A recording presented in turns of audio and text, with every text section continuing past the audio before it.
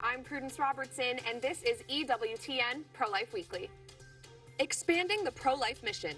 Susan B. Anthony list takes on a new name, Susan B. Anthony Pro-Life America, as they expand and prepare for a post-Roe world. We're joined by SBA's president, Marjorie Dannenfelser, who shares the details behind this new name and what it means for the movement and the country. Momentum to advance pro-life laws. Pro-life governors around the country prepare for the possible overturning of Roe v. Wade as they await the final decision in the Dobbs versus Jackson Women's Health Organization case. We speak to the governor of Nebraska, Pete Ricketts, whose state plans to ban abortion completely. Addressing social issues. A new book takes on some of the most pressing social issues of our time, most importantly, abortion. The author of the book, Father Jeff Kirby, joins us to discuss how you can navigate today's contentious world with conviction and a clear conscience.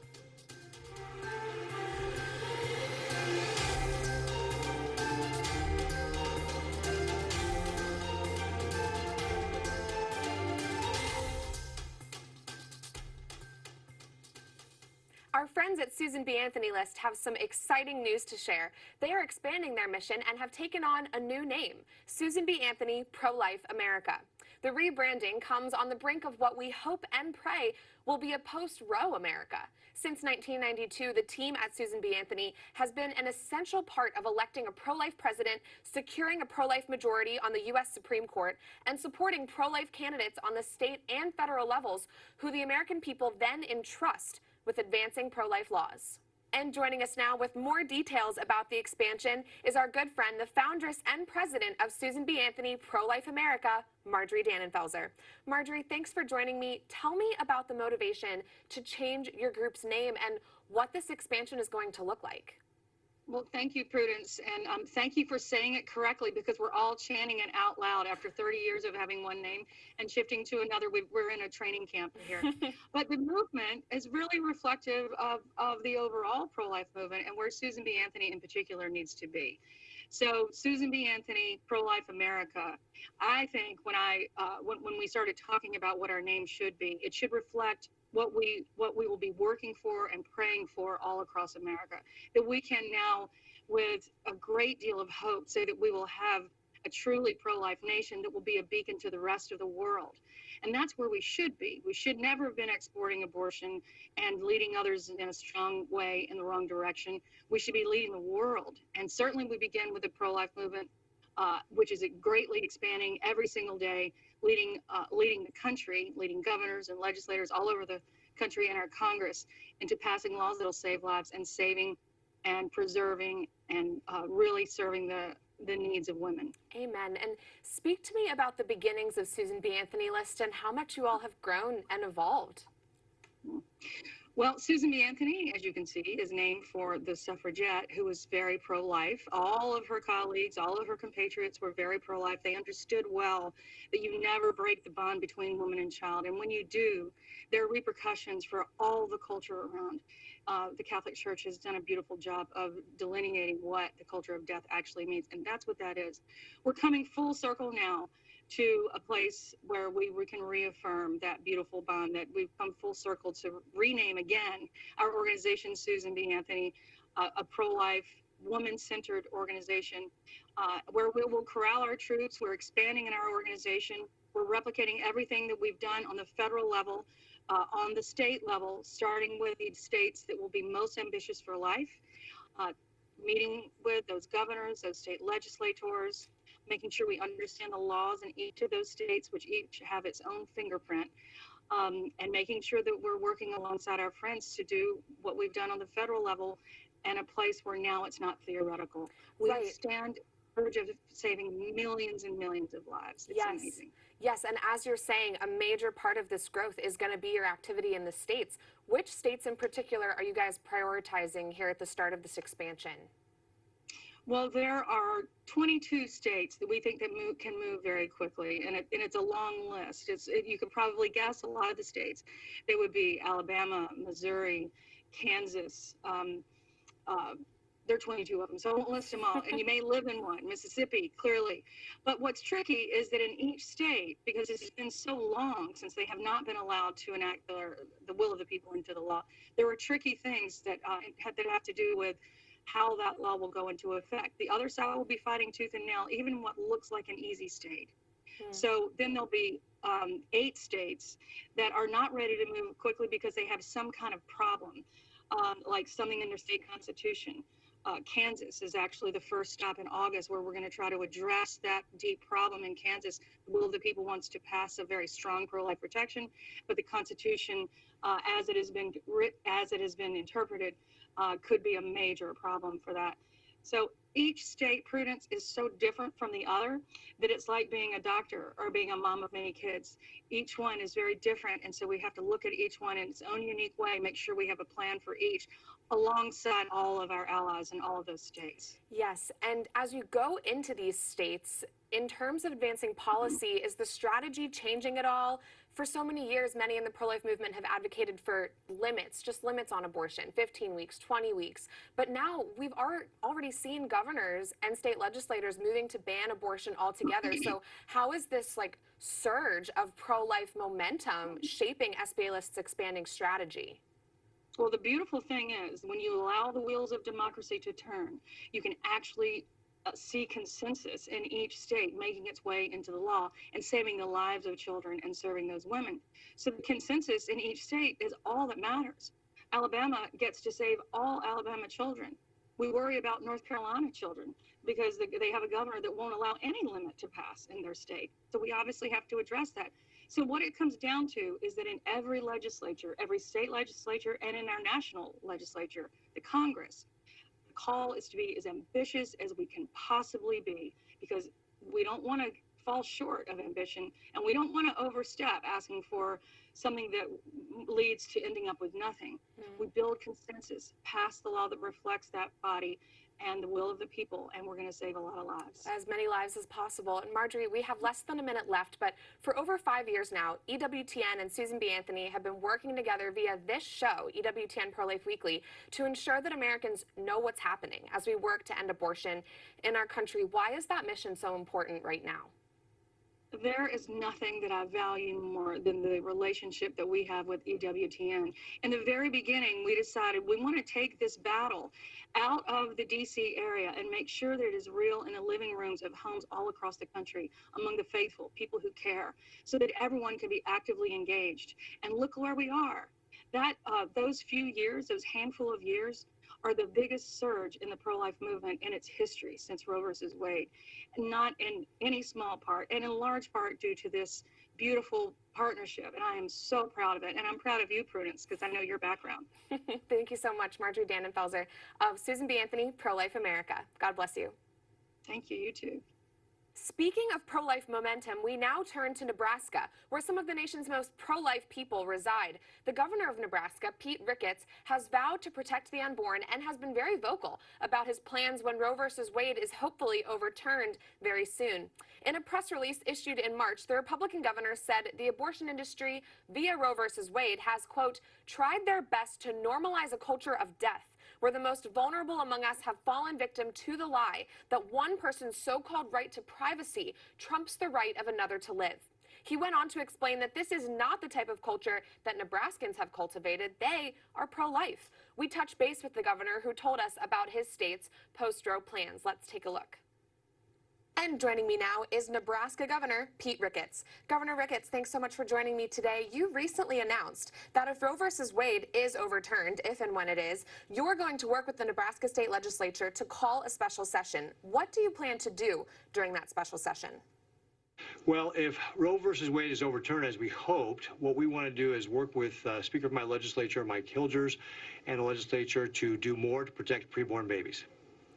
Well, that's good news for us in the pro-life movement, and I know that you believe life begins at conception and every child deserves the right to live, even if a child has been conceived due to rape or incest or some other unfortunate circumstance. What's your response to people who say that this would force women to give birth to their rapist's baby? Well, first of all, those are babies too, and they deserve their chance at life, and it's really one of those things where there's no other area where we punish somebody for the crime of another. And by taking the life of this child, you're basically punishing that child for the crime of somebody else. And, you know, don't get me wrong, rape and incest are horrible crimes. they are crimes, but it's not the child's fault.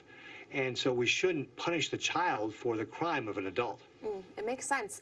And states are strategizing in different ways to protect unborn life, even before Roe versus Wade has been overturned here. Some are limiting abortion at 20 or 15 weeks, and the Guttmacher Institute reports that as many as 26 states want to ban abortion altogether when Roe is overturned, and Nebraska is one of them. Why has your legislature in Nebraska chosen this plan of action to ban abortion altogether? Well, we actually had one of those so-called trigger bills in front of the legislature earlier this year that would have banned abortion. We fell 2 votes short of getting that passed.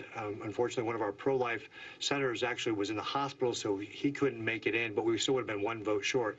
So that's why I say we'll, assuming Roe versus Wade does get overturned, we'll be working on a bill that we can pass to do more to protect preborn babies.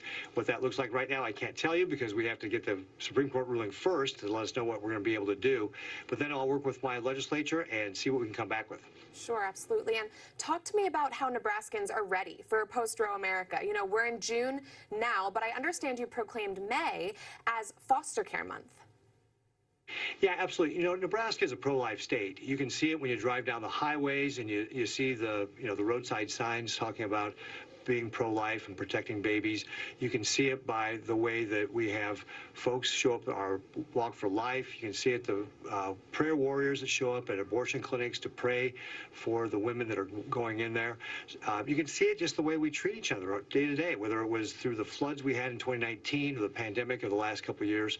Nebraskans care about each other, and for nearly 50 years now, we've been praying for Roe versus Wade, which is a horrible constitutional decision, to be overturned, so that we would have the ability here in Nebraska to make the determination about how we're going to regulate abortion.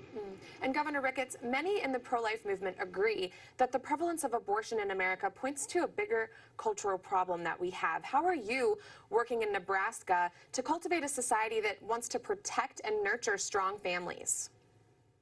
Yeah, absolutely. We do a lot of work just in general in state government to show that we are taking care of the people that need our help. One of the things we've done, for example, is a community collaborative approach called Bring Up Nebraska, where we work with nonprofits, government agencies, and everybody in a specific community to be able to get to families early on when they're having problems, say a drug abuse problem, so that we can have an intervention, get them substance abuse treatment before it becomes an issue for the child, so we can keep those families together. When you remove a child from a family, even if it's for the child's safety, the child feels punished. So our goal is to be more preventative, to get to those families earlier, get them the services they need, wrap the arms of the community around them so that they don't have to actually get to come into the child welfare system. We want to keep them out of the child welfare system. And in fact, between 2016 and 2020, while just about everywhere else in the United States saw increasing numbers of children in foster homes, we actually saw declining numbers of kids in out-of-home care because we were being successful in keeping those families together. So beautiful, and we certainly hope that other states follow Nebraska's lead when it comes to protecting life. Governor Pete Ricketts, thanks for joining us. God bless. Great. Thank you very much. The New York Times recently published a piece titled "Men Have a Lot to Lose When Roe Falls." Written by, quote, medical sociologist Andrea Becker, the piece implies that men should be sharing their abortion stories just as much as women are, because access to abortion has many, quote, invisible benefits for men. Becker writes that men whose girlfriends or wives had access to abortion could be happier, richer, and more self-satisfied, and that men should be encouraged to join in the fight for, quote, reproductive rights. And joining me now to discuss this is Ryan Baumberger, founder of the Radiance Foundation and Emmy Award-winning creator.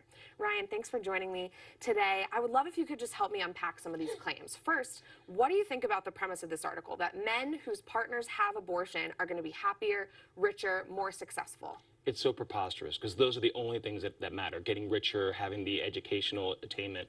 And plus, it's a false sort of proposition to say that you can't get your higher degree unless you kill your unborn child. I mean, it's an insane thing, because what they're doing is celebrating a man who doesn't actually play the role that he's designed to play, and part of that is protector. Right. And you have to keep in mind who's writing this. I mean, Andrea Becker works for the Bixby Center for Global Reproductive Health. I think that's the name of the center out of California.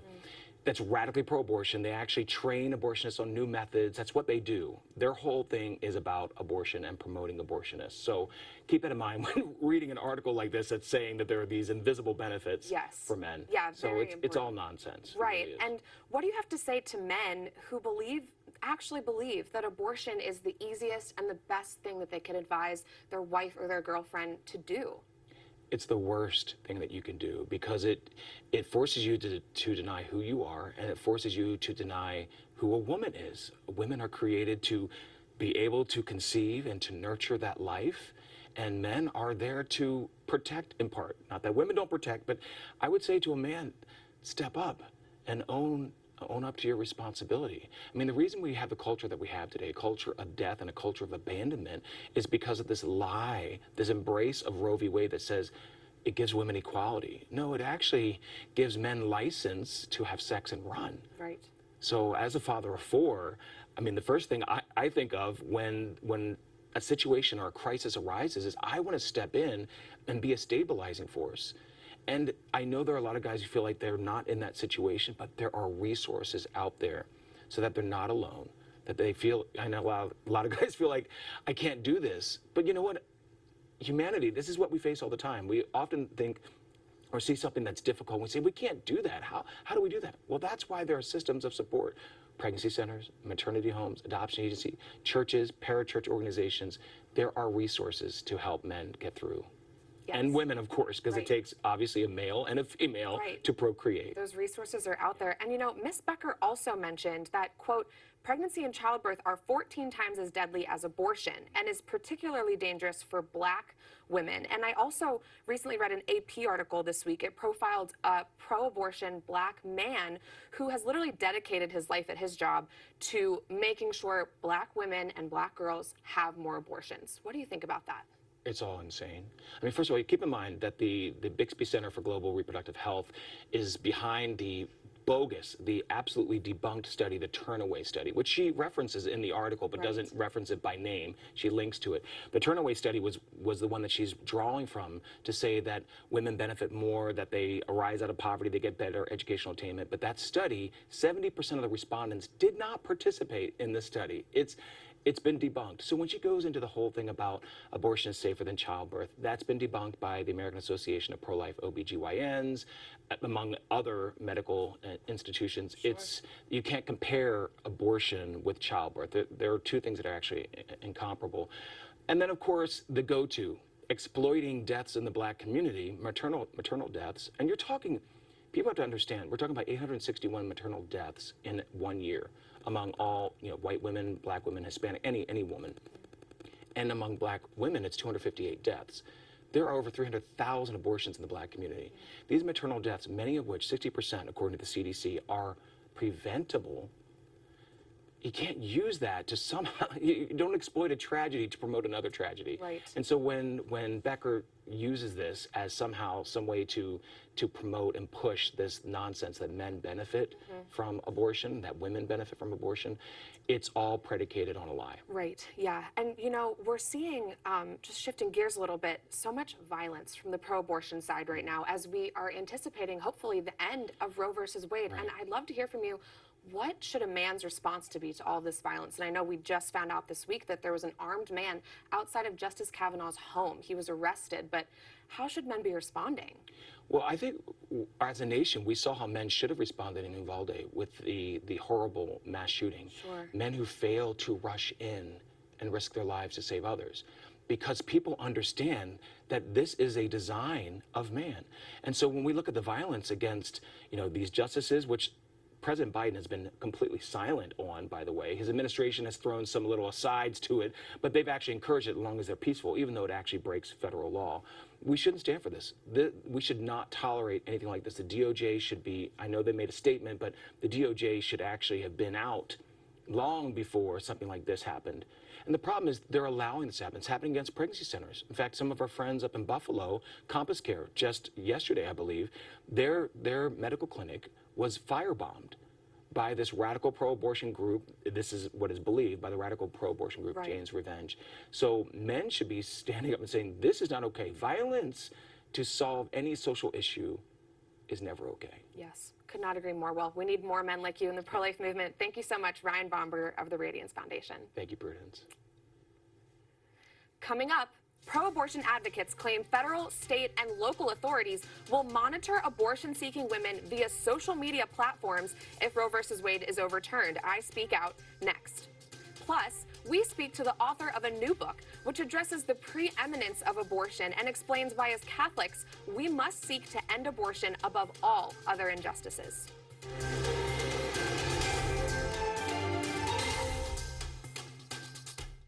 We live in a world of extreme polarization, often consumed by anger and anxiety, a climate that is dividing our country and our world. A division so wide, there is even confusion within our church. And today, most secular news sources only serve to deepen this divide. But at Catholic News Agency, our mission is to be a witness to the truth of our Catholic faith, providing trustworthy, relevant, and timely news affecting the global church, as well as in-depth coverage of the Pope, the Vatican, the Church in the U.S., and the ongoing battle for the culture of life. Every day, CNA's reporters and editors maintain a continuous, faithful watch on the people and the events that impact lives and the souls of Catholics, delivering more news from a Catholic perspective than anyone else. Catholic News Agency, a service of EWTN News. Trusted, timely, Catholic. Engage at CatholicNewsAgency.com.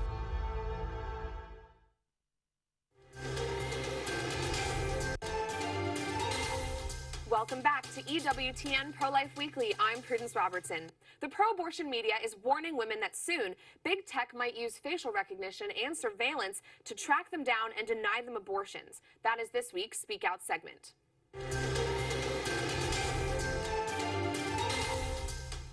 Time magazine recently profiled an Arizona abortion activist named Alejandra Pablos. She holds regular Instagram live sessions from her phone where people can join to shout their abortions in an echo chamber of pro-death talking points. Pablos is also an undocumented immigrant, and the title of this article is very misleading because it seems that the real intent of the piece was to conflate these two highly contentious issues, abortion and immigration. Pablos fears that soon she will not only have to be worried about being detained due to her immigration status, but also because she serves as an abortion doula and drives women to and from abortions, aiding them in killing their babies. Because she documents most of her life on her phone, she's worried the government will track her down. It's important to note that Arizona already has a law limiting all abortions after 15 weeks, so if she's helping facilitate late-term abortion, she's already breaking the law. Plus, do we really expect the federal government and big tech to use social media to punish pro-abortion people when they have a ghastly record of censoring pro-life groups? Doesn't seem likely. This piece ignores reality. Overturning Roe will simply return a healthy debate on abortion back to the states.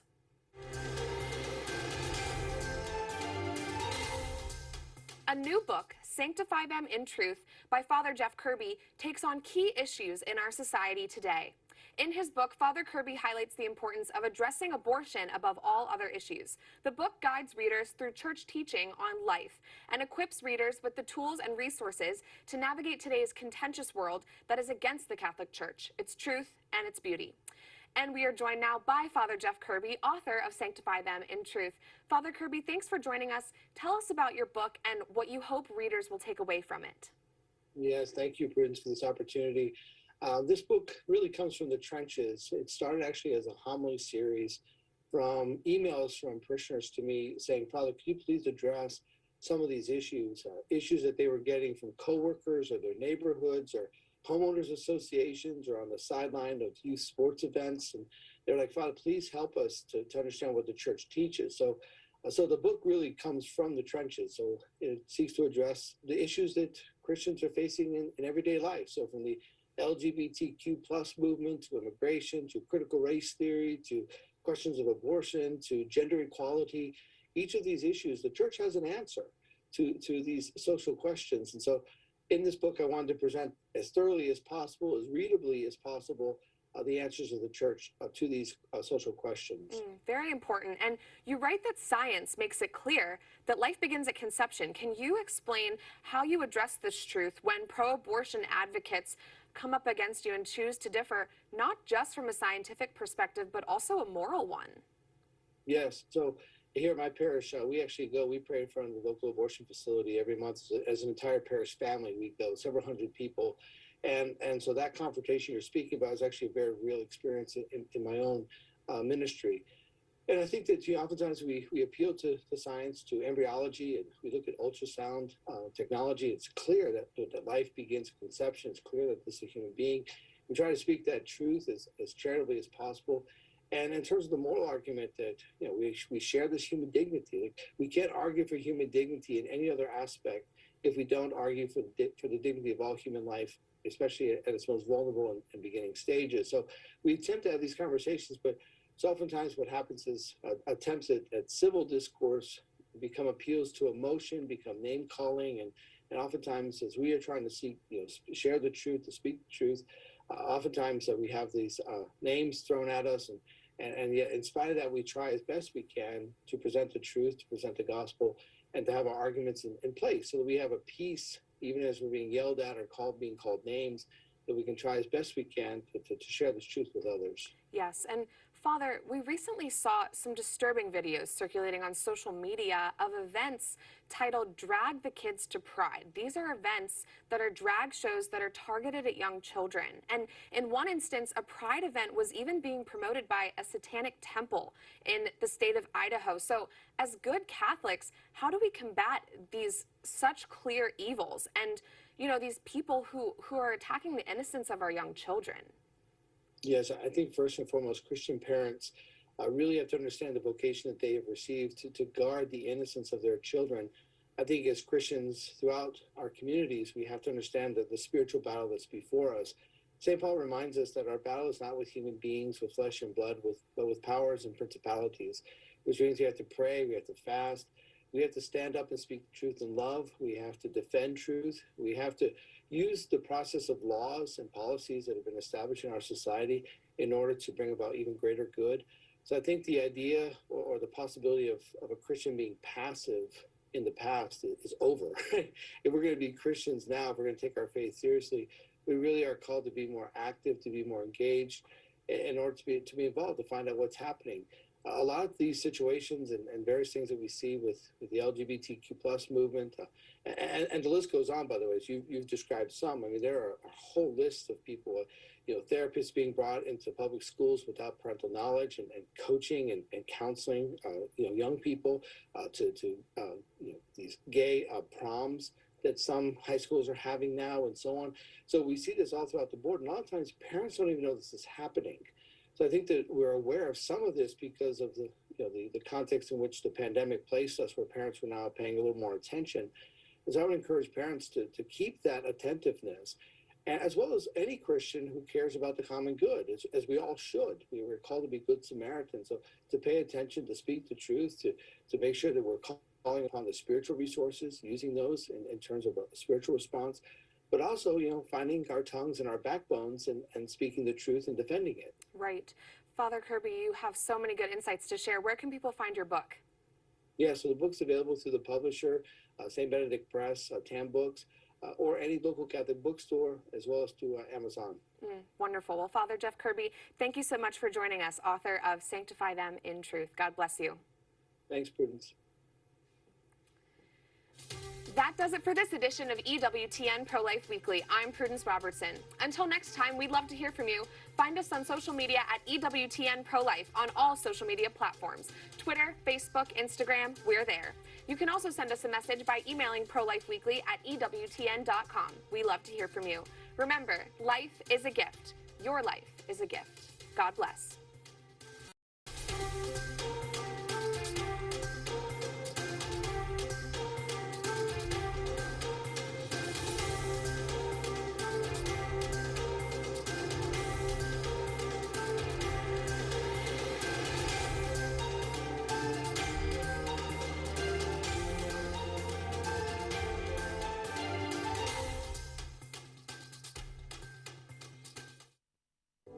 Each person has dignity and worth, not because of his physical abilities or occupation, not because of her skin color or status.